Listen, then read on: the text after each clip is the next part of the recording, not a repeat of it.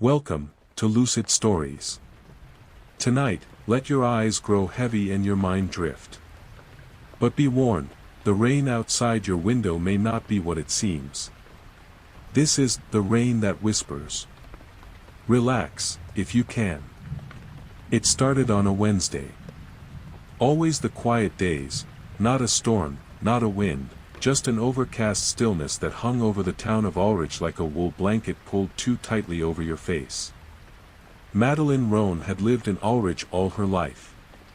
She was a librarian, and not the kind who simply loved books. No, Madeline believed in them. She believed that stories held power, secrets, and most dangerously, truths people weren't meant to find. That morning, she walked the same fog-drenched path to Ulrich Public Library she always had. But this time, the trees lining the road bent strangely, like they were whispering to one another behind her back.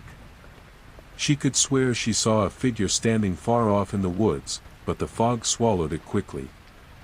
At 10:43 a.m., it started to rain. Not a downpour. A gentle patter. Constant. Unending. The kind of rain that didn't wash anything away, it just lingered. And it didn't stop. Not that day. Not that week. Not for 34 days. The townspeople of Ulrich first saw it as a blessing. After all, they'd been in drought for 3 years. Wells ran dry.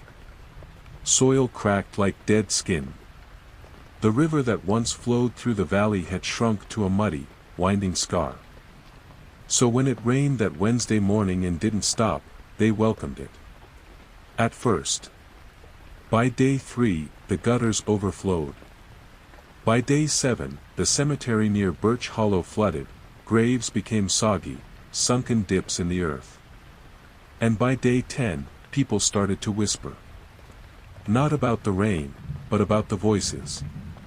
Soft. Slippery. Like someone speaking behind a pane of glass. Madeline heard them on her way home from the library. She paused at a crosswalk and tilted her umbrella. The rain was whispering. Let us in. The clocks in town began to slow.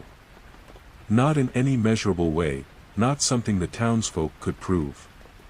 But everyone began to lose track of time. Minutes melted into hours. Conversations felt like dreams. Some people forgot entire days. Madeline, being cautious, started documenting every hour she was awake. She jotted entries into a small red leather journal. 8 a.m. awoke. Rain continues. Slight headache. 9 a.m. tea. Found the cat watching the wall again. No birds outside. 11 a.m., talked to Mr. Bevan in the stacks. Said he dreamt of someone calling his name from under the house. 3:00 p.m., blank space. 5:00 p.m., realized I'd been sitting in the dark for an hour. She circled the blank hours. She circled them again when they came back the next day. And the next. It was on day 16 that Madeline first saw the girl.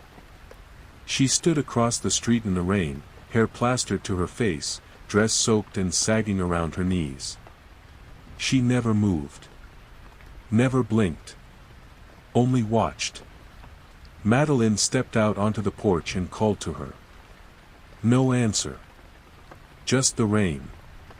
Later that night, while brushing her teeth, Madeline looked up into the bathroom mirror, and the girl was standing behind her. But when she spun around, no one was there. Just the faint sound of water trickling from the ceiling. Ulrich began to rot. Mold bloomed on walls. Fruit spoiled in hours. A musty wetness clung to everyone's skin, their clothes, their breath. People stopped leaving their houses. Some began taping their windows shut. Others whispered about old stories, the ones not found in the library, the ones buried deep in the roots of the town. Stories of a deal made long ago. A debt left unpaid. And a daughter, drowned but never buried.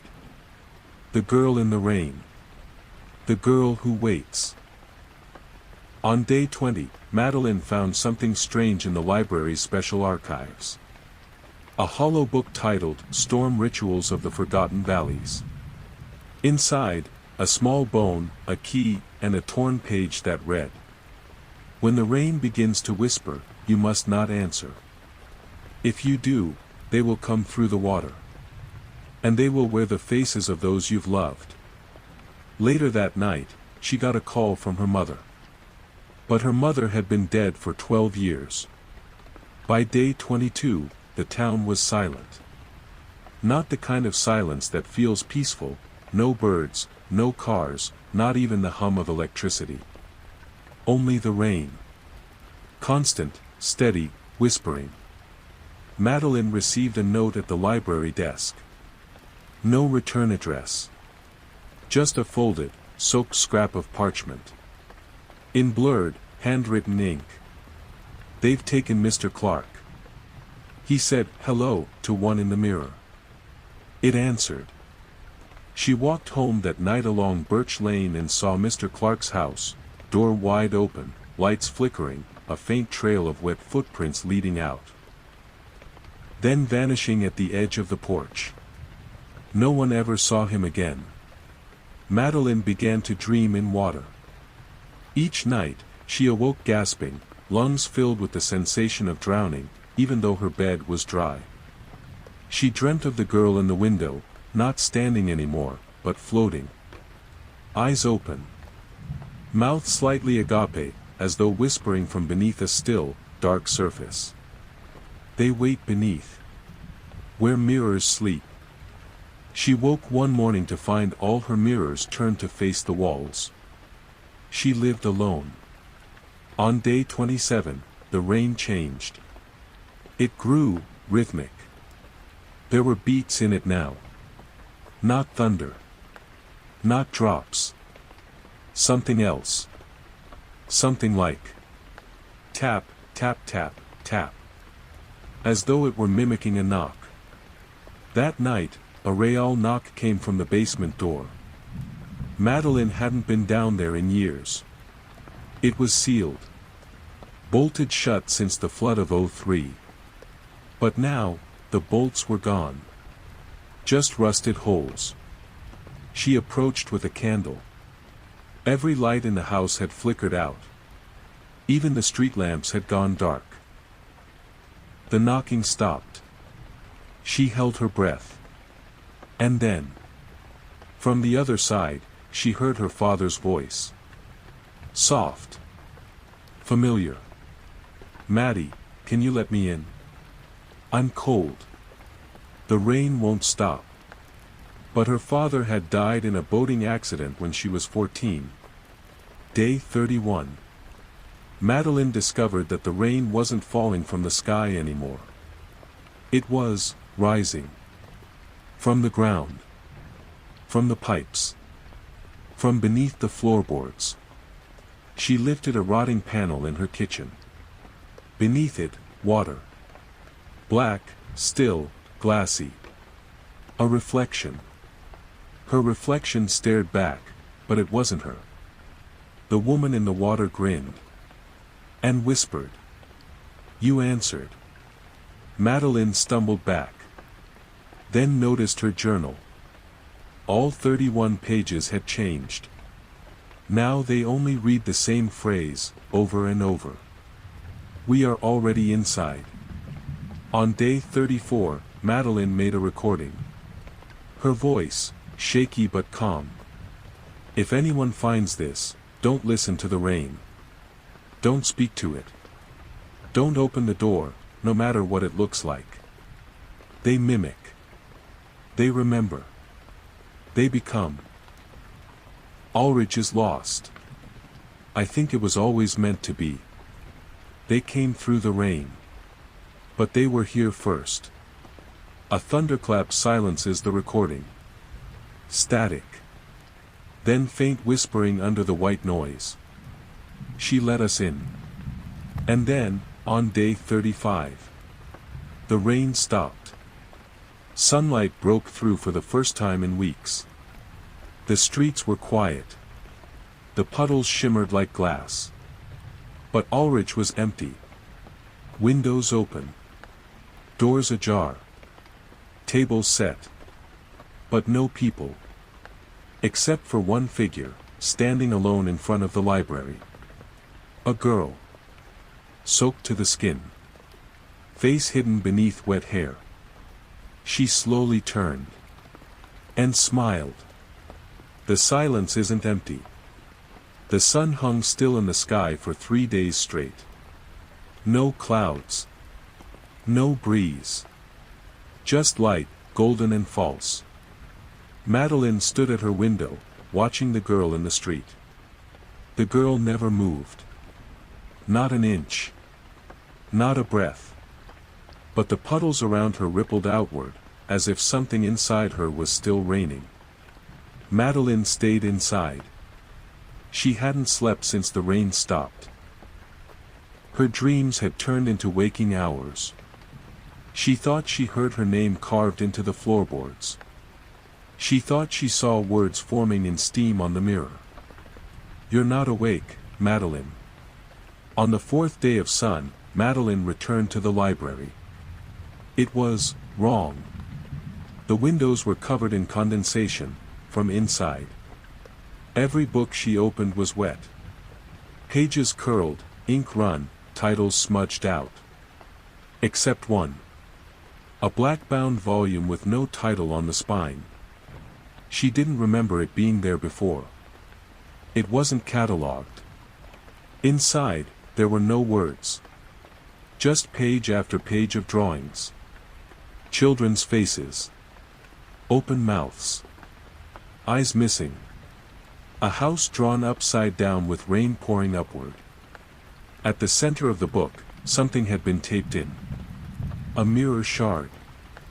She looked into it. The library blinked. The mirror shard showed her things she couldn't see with her eyes. She held it up to her front door. Nothing. But through the shard, she saw fingerprints. Hundreds. All on the inside of the wood. She held it up to the sky. The clouds weren't gone, they were upside down, floating like islands in a black ocean. And then she made the mistake of looking at herself in the shard. She wasn't there. Someone else was. Drenched. Pale. Smiling. Not her face. Not anymore. Madeline began seeing others. Not people. Shapes. In the puddles. In reflections.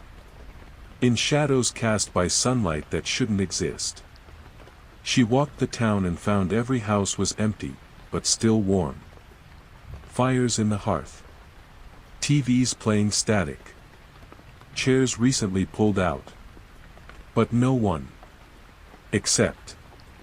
When she walked past mirrors, she saw them. Watching from behind the reflections. Trapped. Or waiting. Some of them were people she knew. Some of them were her. The girl was gone. But the puddle where she stood remained. And it shimmered like glass. Madeline approached it, crouched down. It was no longer just a puddle. It was a window. Below the surface, she saw Ulrich again, but not this Ulrich. Another. Older. Wetter. Streets ran with black water. Buildings collapsed inward. People walked like marionettes. Slow. Blank. Hollow-eyed.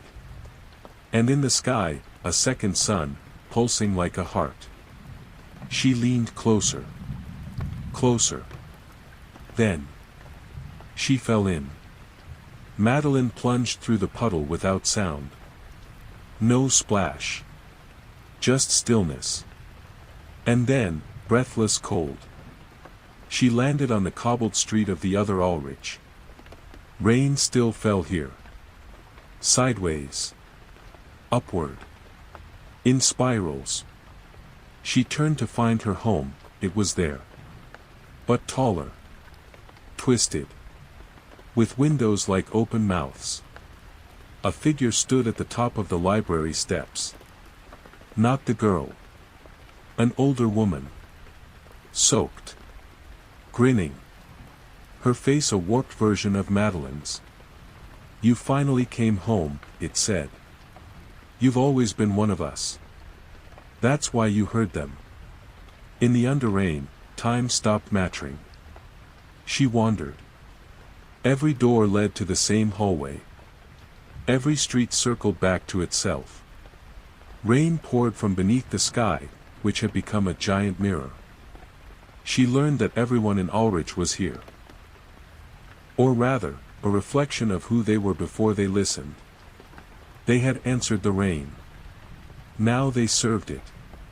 But Madeline had one thing they didn't: awareness. She knew she wasn't home. She knew something was wrong. The girl, the first to answer, whispered from behind her. "You can go back, but not whole. You'll leave a part of yourself here. Forever." She woke on her kitchen floor. Dry. Sun outside. Clock blinking. Only an hour had passed. She looked around. Everything seemed normal. Except her reflection was missing again. And somewhere, faintly in the distance, the rain had started again. Thank you for joining Lucid Stories tonight. If it starts to rain, and you hear a whisper from the puddles, don't answer. Don't open the door. We'll be watching.